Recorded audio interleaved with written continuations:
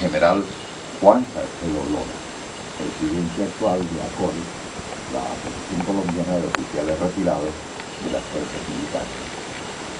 General en retiro del Ejército Nacional, ocupó los cargos de comandante de la segunda y la 14ª Brigada del Ejército Nacional. Fue agregado militar en Washington y en Roma. También es miembro del número de las Academias Colombianas de Historia Militar, la Sociedad Santanderista y la Sociedad Bolivariana. Es miembro de la Comisión de Conciliación Nacional, conferencista y participante en conversatorios sobre el conflicto interno en Europa y Estados Unidos. El general Juan Salcedo Lora, más de 45 años como militar activo y siempre preocupado por el mejor estar del soldado colombiano. Como siempre, nos acompañan nuestros panelistas, el doctor Jimmy Zamora Cruz y el profesor Ángel. Bienvenido, el doctor Jimmy Zamora. Sí, buen día. Nos complace de tener el día de hoy el general Juan Salcedo Lora. Y con él vamos a lograr acerca de varios puntos, por cierto, de actualidad. Varios puntos los cuales están siendo debatidos ante la opinión pública y diferentes medios de comunicación, y algunos de ellos, los cuales inclusive ya se están tocando en el escenario de debate, en el escenario político, como lo es el Congreso de la República. General, en este momento, el general Navas, que es el comandante de las fuerzas militares, ha puesto sobre el tapete lo que él ha denominado el soldado universal, lo que tiene que ver la profesionalización, la profesionalización casi que total, se podría decir, de las fuerzas militares, tanto del ejército como de la armada, como de la fuerza aérea. Ha generado cierto tipo de polémica, ha generado cierto tipo de admiración por un lado, de crítica por otro lado. Usted, como general retirado del Ejército de Colombia y que ha representado durante 4 años la asociación precisamente de militares retirados del país, ¿cómo ven esta propuesta? Bueno, todavía no hay una propuesta formalmente, apenas el señor general Navas expresó una idea en donde habló de 2 términos, dijo el soldado colombiano, como para hablar de un soldado uniforme, porque tenemos en este momento alrededor de 4 clases de soldados. Y él habló de como un soldado universal, pero no en el sentido como aparece hoy en las películas de Jean-Claude Van Damme, peleando con otro soldado. Así es, eso es lo que primero uno se viene a la cabeza. Sí, ese soldado, él más bien hablaba de la universalidad del soldado colombiano para hacer una síntesis de todos los tipos de soldados que hoy tenemos. Todavía no hay un proyecto concreto, está analizando la situación porque hay factores que están afectando hoy día, mayormente al ejército, que es la fuerza que más soldados tiene. Pues están también los infantes de marina, que tienen la misma calidad de soldados, y están los soldados de tierra, que se llaman los soldados de infantería de aviación, que son los que tienen a su cuidado la seguridad de las bases aéreas. Entonces, inicialmente nosotros solamente teníamos una sola calidad de soldados. Fueron los soldados que pelearon en Leticia, fueron los soldados que pelearon en la Guerra de la Independencia, fueron los soldados que pelearon en Corea, y en los anales de los escritores y especialmente los comentaristas norteamericanos resaltaron el valor, la abnegación, la calidad del soldado colombiano en Corea. Fue muy importante, y eso se hizo con los soldados regulares, que eran los soldados que se presentaban a los 17 años, se inscribían, y a los 18 años entraban a definir su situación militar.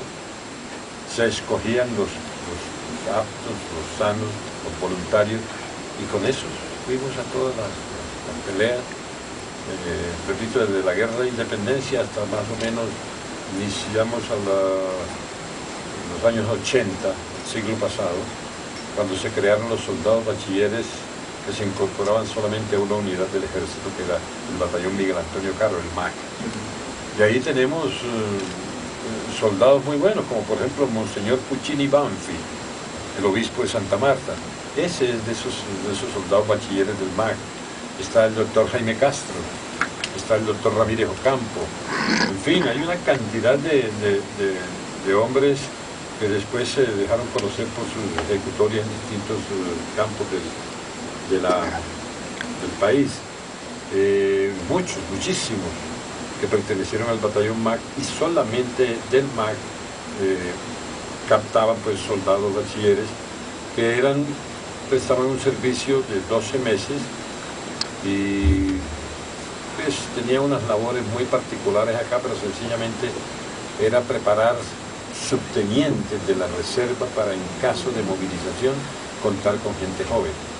Una de las principales tareas de un ejército en todos los países del mundo es preparar reservas para cuando el país esté en guerra, para en paz, para la gente cuando se necesite, se hacen los llamamientos, se pasa del pie de paz al pie de guerra, y tendríamos en ese momento unos subtenientes que eran producidos por el batallón MAC.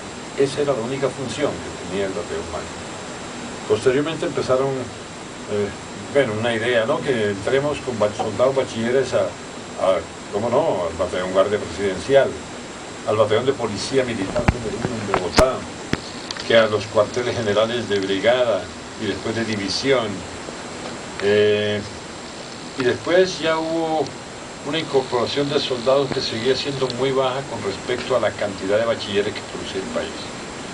En el año 80 puedo hablar con mucha propiedad porque era más o menos, se incorporaba el 3 o 4% del potencial de bachilleres que egresaba cada año en el país. Mientras tanto los soldados conscriptos, los soldados regulares, los que entraban a prestar el servicio militar obligatorio, con eso nos defendíamos y nos defendimos, y eran soldados de extraordinaria calidad. Entonces, todo va en relación directa con el tipo de entrenamiento, el tiempo de entrenamiento, la calidad de sus instructores. Hay unidades donde se destaca más el entrenamiento, por decir algo, por poner un ejemplo, la escuela de lanceros, los batallones o el batallón aerotransportado. Entonces yo me acuerdo muchos soldados bachilleres que pedían prestar el servicio de bachilleres en la escuela de lanceros, y venían haciendo pues, gran alarde de lo que había, de que bajaban la roca, que se tiraban del puente de Sumapaz, o de los que saltaban de un avión. Hay que saltar de un avión en movimiento sobre cualquier cosa.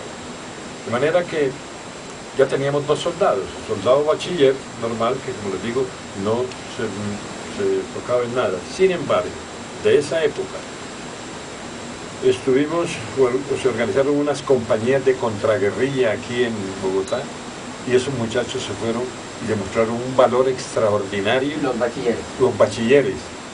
Y mandamos compañías de esas aquí al área de Yacopí, donde había guerrilla, al área de Cimitarra, la famosa, de manera que fueron ellos allá y demostraron una capacidad de combate y una capacidad de adaptación, y cómo no, pues son muchachos de 18 años. De manera que no sucedió nada.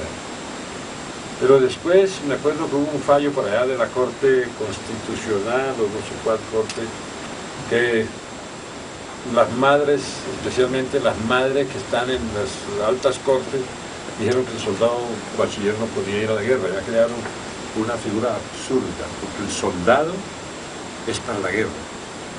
Sí, o sea, exactamente, esa es la razón de ser, de portar un uniforme, de ponerse un camuflado, y quiere decir, dentro de la institucionalidad, esa es la razón de ser de un soldado, llámese como se llame, como el bachiller. Inclusive, en general, habían muchos editoriales al respecto, opuestos a que el soldado bachiller ejerciera como tal en el campo de combate, cuando así lo requería el país. Y en ese momento hay necesidades importantes que el país necesitaba llevar a cabo. ¿Usted cree que fue un error verdaderamente el limitar al soldado bachiller a una función muy delimitada, establecida por una alta corte? Mira, había un reclamo muy justo de toda la gente, especialmente de la gente de donde provenían los soldados regulares. A mí que me tocó pues recibir soldados de subteniente, tenía dos tareas con ellos. Primera, aculturarlos, enseñarlos a leer y escribir. Ningún soldado, yo recibía a los soldados y a los 24, a los 20, 21 meses los entregaba a la vida civil, pero tenía que dejar constancia yo de que habían aprendido a leer y escribir por lo menos. Inclusive algunas alfabetizaciones que en ese momento se llevaban a cabo, como fue el caso de mi generación, era precisamente con soldados regulares. Exacto. Cuando estaba en el último año de bachillerato que eso nos exigían. Me tocó alguna vez que hicieron una incorporación en La Guajira y yo de general o de coronel y fui a recibir una unidad y después había un soldado demasiado callado y ¿este soldado por qué no? Era un soldado de La Guajira. No sabía hablar español. Entonces hablaba guayú. Hablaba guayú. Entonces tímidamente hacía incursiones en el español. ¿Cuánto cuesta eso? Deme un pan, deme leche. Entonces recogí todos los soldados que había ahí y me los llevé a la guarnición, a la base donde estaba el batallón, y le puse la tarea esa a las monjas. Y ellos por la mañana, toda la mañana estaban con las monjas en el convento o en un colegio, y las niñas de cuarto, quinto y sexto de bachillerato enseñándoles a leer, a escribir, las matemáticas, etc. Y por la tarde en la tarea apropiada para ellos, cría de ganado, cuidado de ganado, cría de aves, y eso. Entonces ellos cambiaron totalmente, fueron soldados felices porque absurdamente los habían metido donde no correspondían, culturalmente. Yo no puedo tomar a un indígena y llevarlo a pelear una cosa tan absurda como es esto. Eso no tiene sentido para ellos. De manera que ya estábamos ahí metidos y entonces, repito, de las altas cortes, las mamás en las altas cortes empezaron a crear el fenómeno de que los soldados no podían ir a la guerra. Absurdo. Pero en eso hay de todo tipo de conjeturas. Recuerdo en El Espectador alguna vez en una reunión y estaba una mesa grande donde éramos alrededor de 14 o 15 personas. En el extremo derecho estaba el Monseñor del Beltrán y en el extremo izquierdo estaba yo y a mi lado estaba el profesor Alape. Entonces en ese orden empezamos a hablar y cuando llegó Alape dijo: quisiéramos unos ejércitos para la paz. Eso es un contrasentido, profesor Alape. Nosotros que estamos aquí a la extrema izquierda, le dije, es un contrasentido, porque los ejércitos son para la guerra. Los únicos ejércitos que se constituyen para la paz son los ejércitos de Monseñor Nel Beltrán, los ejércitos de Cristo por allá. Pero entonces, con ese tipo de conceptos y con ese tipo de filosofía llegamos hasta el año pasado, que en el Consejo de Estado de una alta magistrada, brillante ella, porque para estar allá se necesita esa brillantez, dijo que ni los soldados bachilleres, ni los soldados de servicio militar obligatorio, ni los soldados campesinos debían ir a la guerra. Yo dije, también se incorporaron a los soldados campesinos. Entonces metieron a los campesinos, metieron a los soldados bachilleres y a los soldados de servicio militar obligatorio. Entonces, para ella solamente el soldado que tenía que ir a la guerra era el soldado profesional. Además, el soldado campesino, según informes que se conocieron en su momento, eran unos excelentes combatientes, han sido unos excelentes. El aporte de ellos fue extraordinario. Eso cuando entró el doctor Uribe a la presidencia, fomentó el soldado de mi pueblo, que era el soldado que se reclutaba y se colocaba a prestar seguridad de su pueblo. Y lo conocía. Entonces había una identidad de corazón y de sentimiento de que él estaba defendiendo su pueblo. Y entonces, ¿por qué? Porque en su pueblo allá estaba su mamá, sus hermanitos, su papá, su novia, sus amigos. Lo conocen los vecinos. Eso produjo unos resultados extraordinarios, aunque las experiencias anteriores de soldados campesinos fue terrible, fue fatal, porque eran soldados campesinos, pero un campesino del Huila, y lo llevan a prestar su servicio a La Guajira, el tipo está perdido totalmente, no tiene conoce la región. No hay nada que lo acerque allá. Entonces, después sí lo hicieron, en la segunda oportunidad, ellos participaron asegurando su propio pueblo, y eso tenía un sentimiento muy especial, de manera que eso, y finalmente pues cuando aparece el soldado voluntario, el soldado profesional, habría que explicarle a la magistrada. Para tener un soldado profesional tenemos que primero tener un soldado de servicio militar obligatorio, porque de allá es donde se sacan los soldados profesionales. A menos que se haga una cosa que es lo que pretenderá, me imagino, el general Navas, de tomar todos los soldados de Colombia y sacar uno, el ideal, el soldado que cuando el muchacho que cuando cumple 17 años se inscribe, y se inscriben todos, se inscribe el bachiller, se inscribe el campesino, se inscribe el muchacho. Como una sola incorporación. Sí, como debe ser, como debe ser. Todos se inscriben y entonces de ellos sale un soldado y yo desecharía de entrada a los analfabetos. Yo los desecho, no pueden entrar a prestar el servicio militar esos que se vayan a la escuela a aprender a leer y escribir. Porque yo demostré, siendo teniente, me dieron unos soldados bachilleres del MAC y me preguntaron, usted como oficial de artillería, ¿cuánto tiempo se demora en preparar a esta gente para que dispare? Dijo, los cañones, digo, en una semana. Todo el mundo dijo, no, es bárbaro, ¿cómo se le ocurre decir una semana? Con soldados bachilleres yo me comprometo a que disparan artillería, cañones a la semana. Porque es que a un soldado analfabeto yo no le puedo decir, mire, este círculo tiene 360 grados, Claro. o minutos, o segundos, o milésimas, o el tornillo micrométrico. Pero a un bachiller yo le digo, este es el círculo que tiene 6.400 milésimas, que es lo mismo que 360 grados. ¿Qué es este el tornillo micrométrico? Que ellos ya saben, porque lo vieron allá en el laboratorio de física. La pólvora esta es una pólvora que tiene tal y esto el otro, y el ambiente de calor afecta a la pólvora. Entonces los soldados bachilleres a la semana estaban perfectamente compenetrados con los aparatos de puntería de un cañón. Y lo demás es empujar y meter la granada y disparar un cañón, es realmente fácil.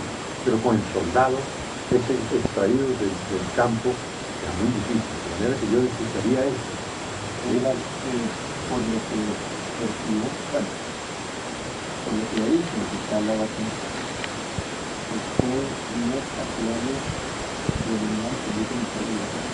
No, yo continuaría el servicio militar obligatorio sacando lo mejor de producidos de 300 o 400 o 500 soldados que me los reúnen allá, y en un momento determinado yo hago abstracción de dónde vienen y cómo están, sino que sencillamente, físicamente escojo lo mejor, intelectualmente escojo lo mejor, en coeficiente de inteligencia escojo lo mejor, de manera que la resultante me va a dar un soldado que tiene por lo menos más de un tercero de bachillerato, por ejemplo, o que ya es bachiller. En ese momento voy a tocar unas esferas sumamente delicadas, porque los padres de la patria, ¿no?, tienen sus hijos y ellos tratarán de que sean excluidos del servicio militar. Pero sucede que cuando estamos hablando de defender la patria, yo no puedo hacer excepción. Todos los que tengan la edad para defender la patria tienen que hacerlo. Entonces, es balancear en tal forma que saque yo el mejor soldado. Los mejores soldados que yo he tenido eran soldados comunes y corrientes de servicio militar obligatorio que nos mandaron a la escuela de lanceros para crear el grupo de lanceros durante el gobierno del doctor Díaz Canales, y se sacaron unos grupos espectaculares. Soldados regulares, y se les dio un entrenamiento especial y se le planteó al director. Pero con esto acabamos el problema de la violencia, no queda títere con cabeza. Estos van a resolver el problema del país. ¿Cuánto vale eso? 10 millones de pesos. 10 millones de pesos de esa época, años 58, 59. Entonces, no, eso es mucho. Por ahorrarse 10 millones en el 59, hemos gastado miles de millones en los años subsiguientes. Porque con esos soldados era para acabar con el conflicto. Tanto que después dijeron, bueno, entonces saquémoslos, y allá a la 5ª Brigada en Santander llegó una de esas compañías, yo pertenecía a una de esas compañías, y lo que yo aprendí de subteniente recién salido lo aprendí con esos soldados. los mejores instructores que yo tuve, fue viéndolos como esos soldados entrenados en la escuela de lanceros, me enseñaron a mí cómo era que se patrullaba y cómo era el olfato, y eso eran verdaderos hombres de guerra y eran soldados de servicio militar obligatorio, de esos que están diciendo que no los manden, que no, que los matan. Todos mueren soldados, los últimos soldados muertos en combate son soldados profesionales, casi todos. General, ¿es cierto o es prurito que el soldado colombiano es de los mejores del mundo? Demostrado. Alguna vez fui al Sinaí en una visita, y estando yo en el puesto de observación número 1, todos allá saben que es en la frontera entre Egipto e Israel, y ellos, la visión es que nadie pasa por ese territorio neutral, y es aburridísimo, es como estar uno en Monserrate pero mirando para atrás, no para acá, y no pasa un alma, no pasa un perro, no pasa un carro, no pasa nada.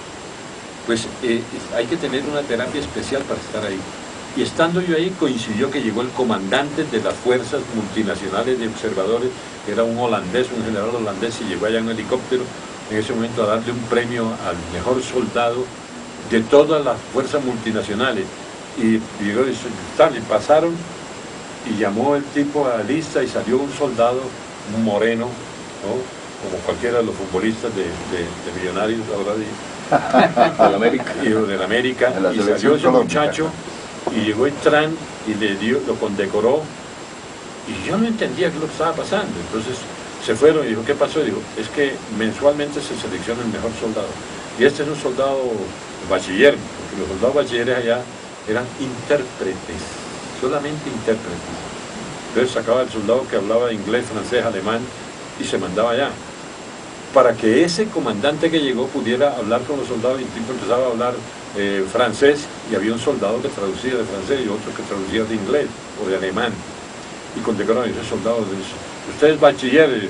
No, mi general, yo solamente hice hasta quinto preparatorio. Entonces eso fue maravilloso, tanto que yo iba con el curso de altos estudios militares y recogí de una vez, y yo, empiecen a darme dólares aquí, y le recogimos y le dimos como $200 a ese soldado, de la alegría que nos produjo que el mejor soldado de las fuerzas multinacionales en el Sinaí era un humilde soldado chocuano o de la costa pacífica. Entonces, un soldado común y corriente, pero que había dado un ejemplar comportamiento y rendimiento en la fuerza multinacional en el Sinaí, con plantas eléctricas regadas por todo el comercio, porque se tiraron alrededor de 350 torres que sostenían los tendidos eléctricos, y entonces se atacó todo lo que era representación del Estado, de la pujanza del Estado. Todo lo energético se fue al piso. Entonces se recogieron, me acuerdo, 40.000 millones de pesos en ese momento, y con ese 40.000 millones de pesos se crearon algunas cosas, se desarrollaron mejores mecanismos de inteligencia y se constituyeron unas compañías.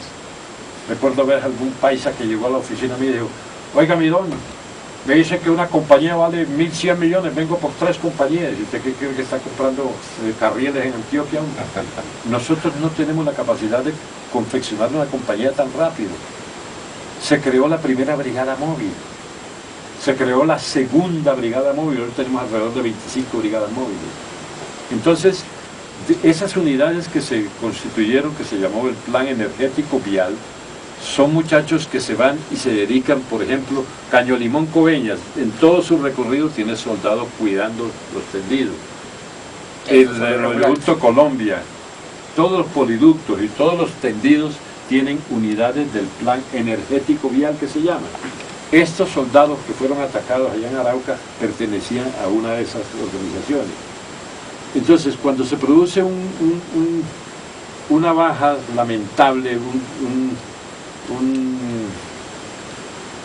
digamos un fracaso operacional, entonces sencillamente uno acá, a las 11 de la noche yo oigo la noticia, dije, algo debió suceder, algún error se comete. Entonces cuando dice, ¿y cómo dieron de baja a fulano de tal? ¿Y cómo fue la operación Jaque? Porque de una parte hay una progresión extraordinaria en inteligencia y capacidad, pero del otro lado hay fallas. Entonces, así como anoche Nacional se dejó meter 2 goles por falla de la defensa, cuando le fallan las defensas a uno, en una unidad militar, se provocan este tipo de consecuencias. Ahora, no hay que hilar muy delgadito. El cabo que estaba con los 10 soldados que nos mataron, el cabo todavía no tiene una experiencia tan desarrollada, pero la madre del cabo también puede decir, ese muchachito de 23 años, ¿cómo lo van a mandar a la guerra? Porque entre el cabo y los soldados hay 2 o 3 años de diferencia, y de experiencia hay 2 o 3 años de diferencia también. Entonces, yo cometí errores cuando era subteniente, y me ha podido costar la vida. Pero en cada error mío y en cada error de mis compañeros fui aprendiendo a no cometer esos errores. Entonces, cuando uno comete un error cualquiera, imperceptible, por ejemplo, una de las cosas que se aprende, inclusive de la guerrilla, es no quedarse quieto, no dormir nunca en la misma parte, no coger nunca por las trochas, senderos o caminos, sino a campo traviesa. Entonces yo nunca fui por los caminos y carreteras. Una sola vez lo hice y no lo vuelvo a hacer más. Como la operación famosa de los perros. No vuelve más donde lo operaron. Yo más nunca volví a andar por caminos. Y mi gente y mis subalternos les enseñé que en los caminos estaba el peligro, la bomba, la mina. Entonces esas son cosas que todo el mundo las sabe, y los suboficiales y los soldados las saben. Pero de pronto vamos a escampar aquí que está lloviendo, y se meten debajo de una ceiba, y al día siguiente ya tienen una carpita, y al día siguiente encargan una gallina a la señora. Poco a poco se van acomodando. Y entonces empieza a producirse grietas en la seguridad. Siempre que hay un ataque contra una base militar, como Patascoy, por ejemplo, se detectaron unas grietas tremendas en la seguridad y propiciaron que le cayeran alrededor de 250 o 300 guerrilleros allá y produjeron un desastre de Patascoy. Todavía creo que tenemos gente por allá que no nos han devuelto. De manera que, pero eso no es para resaltar, no, que es el error y ahora va a la Procuraduría a buscar allá pues, a sancionar al cabo muerto o al soldado de agoniante, el reemplazante, porque es que los errores en la milicia se pagan con heridas y con muertes. Eso lo sabe uno. Desde cuando entré a la escuela militar en el 55, me dijeron, los errores que ustedes están cometiendo aquí, los pagan con muerte. Por eso desde la escuela militar nos enseñan el que se duerma de centinela es una falta gravísima. Porque si yo me duermo de centinela allá, y estoy emboscado, y hay unas personas que no duermen nunca, entonces hay una cantidad de sistemas que se inventa uno para que no se duerma la gente en las emboscadas. Pero en la guerrilla, el que se duerme de centinela, lo fusilan, porque es muy grave, porque está exponiendo al resto de la gente. Entonces la labor del centinela es esa, que todos descansen y él se sacrifica pero despierto. De manera que un centinela que se duerme produce una grieta muy grande en la seguridad de los hombres. Eso es lo normal. Pero la concepción y el aprendizaje y eso, todo eso se le enseña, se le dice. Un soldado que tiene 3 meses sabe todo eso, y el suboficial sabe todo eso. Uno dice, no se puede consumir licor en servicio activo. Yo jamás me tomé una cerveza siquiera cuando estaba de comandante de un puesto, de un pueblo en patrulla. Nunca se me ocurrió, porque me lo enseñaron. Pero si hay otro que a pesar de eso le puede más, que le digan, venga y se toma un aguardiente, el problema es el primer aguardiente. El problema es la primera vez. Y si el hombre empieza a tomar trago, pues crea una grieta en su propia seguridad. General, ahora que usted mencionó el tema de la guerrilla, pues hace unos pocos días entrevistamos en este mismo programa, La Balanza, a una funcionaria de Naciones Unidas, y discutía, por ejemplo, el tema, o planteaba, por ejemplo, el tema de la forma como ellos reclutan a los jóvenes en la provincia, especialmente en las zonas apartadas, en las zonas rurales del país. Por ejemplo, la presión que se hace para los papás de los jovencitos, la forma como los chinos son reclutados también por iniciativa propia. Pues sobre todo a mí me llamó mucho la atención el caso de los muchachos que no tienen ninguna otra opción que aceptar una oferta de la guerrilla para irse a ganar unos pesos con la guerrilla. Entonces la pregunta que uno se hace es, hombre, ¿por qué esos muchachos no están en el ejército? Es muy frecuente, yo siempre iba a las incorporaciones es muy frecuente ver voluntarios arriba de la mano, ¡pum! ¿Cuánto necesita? 44, cuente, 62 voluntarios. Entonces, hay muchos soldados que son voluntarios y con esos voluntarios se pelea mejor. Hay un peligro, hay un riesgo, que de pronto uno de esos voluntarios venga de donde sabemos. ¿Ve? Entonces, por ejemplo, en una unidad mía, siendo yo comandante de brigada, hubo 6 suicidios en un solo contingente. Me fui allá a ver qué pasaba. Cuando hablé con el comandante del ejército, me dijo, cuénteme. Dije, no, estamos de mucha suerte. ¿Por qué? Porque todo el contingente tiene motivos más que suficientes para suicidarse. Porque me los trajeron de las comunas de Medellín y esos pobres tipos aquí no saben qué hacer. Porque todos estaban presos de la marihuana o de la cocaína o del crack, y aquí no tienen ni marihuana ni cocaína ni crack. Entonces afloran unos problemas supremamente complicados, y con un fusil en la mano, una de las grandes salidas era pegarse un tiro. Entonces, ¿quiénes me lo dijeron? Ellos mismos, los mismos soldados. Entonces, si yo voy a sacar el soldado universal, como para usar un nombre, o el soldado ideal, diría yo desecho todo lo que venga de las comunas de Medellín, porque son muchachos que están demasiado afectados desde el punto de vista social. Hay un grado de afectación muy grande. Entonces, los soldados totalmente campesinos, eso es un crimen, incorporar tantos soldados campesinos, porque los desarraigo de allá y vaya, regréselo, porque ya prueba los licores de la civilización y de la ciudad, del urbanismo. Es que es muy sabroso. Sin embargo, el ejército tiene unas medidas. El último ciclo de ellos es un ciclo que se llama de preparación para la vida civil. Se llevan el SENA. Y ¿usted qué hacía? No, yo ordeñaba, pues camine, un curso en el SENA de ganado vacuno, de ordeño, no sé qué tal. Y usted, cría de pollo, usted, mecánica, entonces vaya a mecánica. Se le trataba de mejorar lo que él profesionalmente había empezado a hacer como muchacho joven. Mecánico, no, cambiando llantas, no, ya tiene un poquito más de capacidad, ya desarma un carburador, ya sabe que es un motor. Entonces, esos soldados, el último ciclo se hace en ese sentido, preparando para la vida civil, pero es que ya el muchacho tiene una amiguita por ahí que tiene por allá en un almacén o una muchacha de servicio. Entonces ya tiene un lazo sentimental que lo ata a Bogotá, Barranquilla, Medellín o cualquier parte. Y el tipo dice, irme a mi casa a raspar papa desde arar la tierra de las 3 de la mañana para la vuelta de 2 meses agarrar una papita y tener que partir el producido de la papa entre papá, mamá, 4 o 5 hijos. Es mejor quedarme aquí. Entonces desarraigar a los campesinos es un crimen que se comete con la estabilización del país. O sea, este soldado universal debe pasar por un proceso de preselección y de selección muy severo. Ideal, digamos ideal, soldado ideal.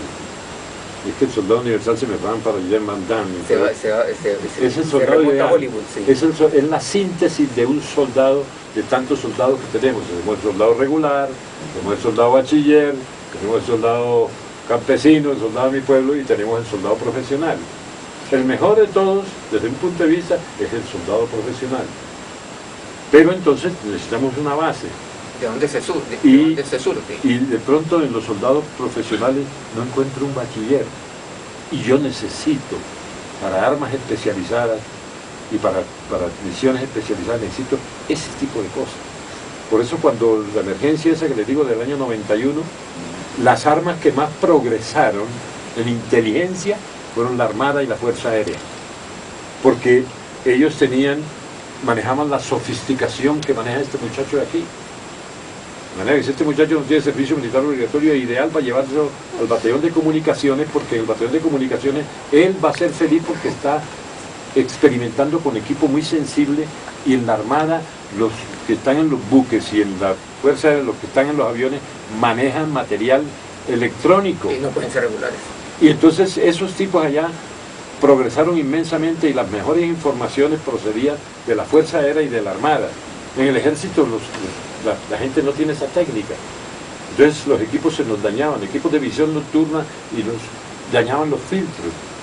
Porque yo no puedo quitarle un filtro a un equipo de visión nocturna porque hiere sensiblemente lo que está por dentro, pero yo no lo sé porque estamos en tierra y en tierra no se manejan esas cosas. General, entonces es un contrasentido, digamos, la propuesta que surge de algunos sectores políticos en el Congreso, inclusive, que ya están anunciando la presentación de proyectos de ley en el sentido de eliminar el servicio militar obligatorio, reemplazarlo seguramente por algún otro tipo de mecanismo que vienen hablando desde hace décadas, como por ejemplo el servicio social obligatorio y otro tipo de alternativas que según ellos son aparentemente homologables. Es un contrasentido eliminar el servicio militar obligatorio cuando precisamente el servicio militar obligatorio es el que eventualmente va a surtir al soldado profesional, al soldado colombiano, al soldado ideal. Porque lo que algunos piensan en general es, digamos, en el Congreso específicamente es, si el general Navas, que es el comandante de las fuerzas militares, está proponiendo el que tengamos un soldado, el soldado colombiano, el soldado ideal, el soldado profesional, una categoría única de soldado, entonces si vamos a profesionalizar totalmente las fuerzas militares, eliminemos el servicio militar obligatorio. Pero entonces, según lo que yo le he venido oyendo y lo que hemos venido aquí dialogando, y según su argumentación y la historia que usted aquí nos está ilustrando, precisamente el soldado profesional se surte del servicio militar obligatorio. Mire, equivale a decir que un congresista diga, vamos a eliminar el bachillerato. ¿Cómo? Entonces, ¿de qué vamos a surtir al profesional de la universidad? Hagan lo mismo. Si suspendemos el servicio militar obligatorio, se nos va toda la materia prima.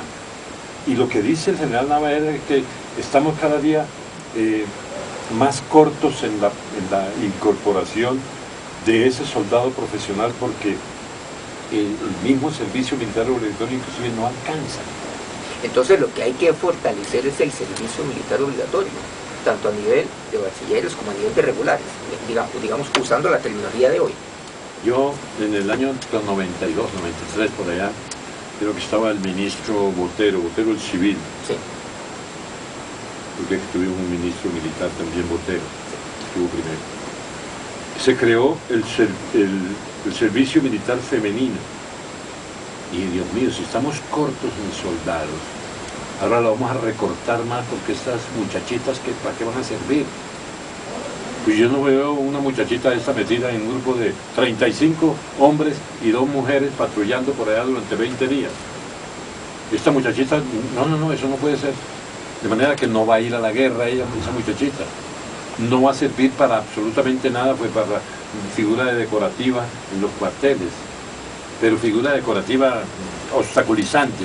Y no hemos ganado absolutamente nada con eso. Y nos pusimos varios generales al servicio de soldados campesinos porque a mí me tocó ir a recoger por ahí un poco de muertos en la Sierra Nevada de Chita, precisamente porque uno de los soldados campesinos que se incorporó de esa región fue el que le pasó la información a la guerrilla de dónde estaban y para dónde iban la patrulla. Entonces tuvimos que ir a bajar a 4.200 metros sobre la Sierra Nevada del Cocuy, nuestros muertos, a un sitio donde no subían ni siquiera los helicópteros de ese entonces. ¿Por qué? Porque se había manejado mal. Y cuando se empezó a extender el servicio de bachilleres, por cada bachiller que se metía era un soldado que se restaba del servicio militar obligatorio, porque el presupuesto es solamente uno. Allá dicen, ¿cuánto les dio al ejército del primer año de comandante de brigada? Pidió 70.000 millones del ejército, y le dieron 14.000. La regla de 3, nos dieron el 20% de lo que pedimos. Pues el ejército ese año pidió el 20%. Y de ahí salen cuántos soldados, cuántos oficiales, cuántos generales. Nosotros si tenemos 30 brigadas, necesitamos 30 brigadieres generales, que no los tenemos. ¿Por qué? Porque el presupuesto no da para más. El presupuesto es el que maneja la cantidad de gente y la calidad de gente. Entonces no podemos meter más soldados profesionales porque son más costosos que el soldado regular. Al soldado regular le dan una bonificación. Señores, 2 minutos finales. Yo quisiera hacerle una pregunta final sobre el tema del vuelo militar. Son los actos fuera de servicio. Creo que ahí es donde está el tema, digamos, carnudo para el debate. Es decir, los actos que comentan los militares fuera de servicio, que no los cobija el vuelo militar. ¿Cómo es esto, general? ese es un embeleco que se creó y hoy existe el fuero. Dicen, los delitos cometidos por los militares del servicio antiguo son juzgados por cortes marciales y tribunales, cortes penales. Eso es lo vigente. Sí. Eso es lo que dice. Sin embargo, eso no se está utilizando nunca, porque se han creado una cantidad de filosofías y mecanismos y sentencias de diferentes cortes que dicen que el acto del servicio, que con ocasión del mismo, que una cantidad de cosas. De manera que lo que se ha presentado ahora, fíjese que no toca para nada eso. Líneas más importantes que esa simple definición. Si hay una operación militar, como por ejemplo, tome cualquiera, la operación contra el Mono Jojoy, operación Sodoma, creo que se llama, o se llamó, ¿está en manos de quién? De un juez de la justicia ordinaria. ¿Sabrá ese juez el valor de 16 aviones y 25 helicópteros volando? ¿Sabrá para qué sirve eso? No tiene ni la menor idea. Y las cosas propias de un operativo militar. Y no, los es que, los riesgos. A mí me ha tocado ir, acá le he ido 2 veces y al Corte Suprema de Justicia, en la Comisión de la Verdad, para explicarles una cantidad de cosas que ellos no entienden. Y fui al proceso por el Palacio de Justicia en el caso de Coronel Plaza y le expliqué concretamente y la fiscal entendió y la juez entendió que un helicóptero en el año 85 no podía salir de Villavicencio con 14 personas y llegar aquí a Bogotá. No había ningún helicóptero con la capacidad de traer 14 personas de Villavicencio aquí. Y le expliqué por qué. Y expliqué, dice el tipo, y aterrizamos en la Escuela de Caballería. Prohibido desde hace 3 años o 4 o 5 años se había prohibido que se ingresara a la Escuela de Caballería en helicóptero porque hay un cableado impresionante de alta y baja tensión y hay pinos. Entonces es muy peligroso entrar porque el helicóptero cuando está entrando es vulnerable, pero cuando está saliendo también.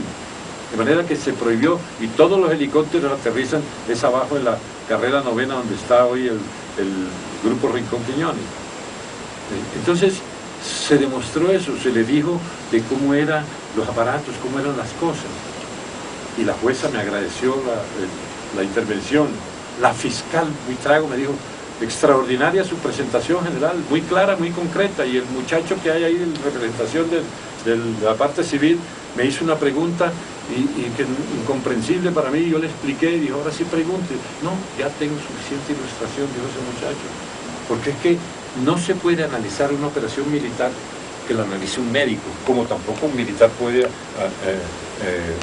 empezar a preguntarle al médico o a decirle que no tiene la razón cuando está extirpando un problema interno. General Juan Salcedo Lora, muy amable por haber aceptado la invitación de Colmundo y de este programa institucional La Balanza. Quedan muchísimas cosas en el tintero, por eso en alguna otra oportunidad volveremos a molestar. A los señores panelistas, doctor Jimmy Chamarro Cruz y Víctor J. Jiménez, mil gracias. En la producción Andrés García, coordinación Juan Manuel Fuentes, presentación de Ernesto Rojas Ochoa. La Balanza. Con José Gregorio Hernández y Jimmy Chamorro Cruz. La Balanza. El programa institucional de Colmundo Radio los domingos, 11 de la mañana y 8 de la noche. Sintonízate.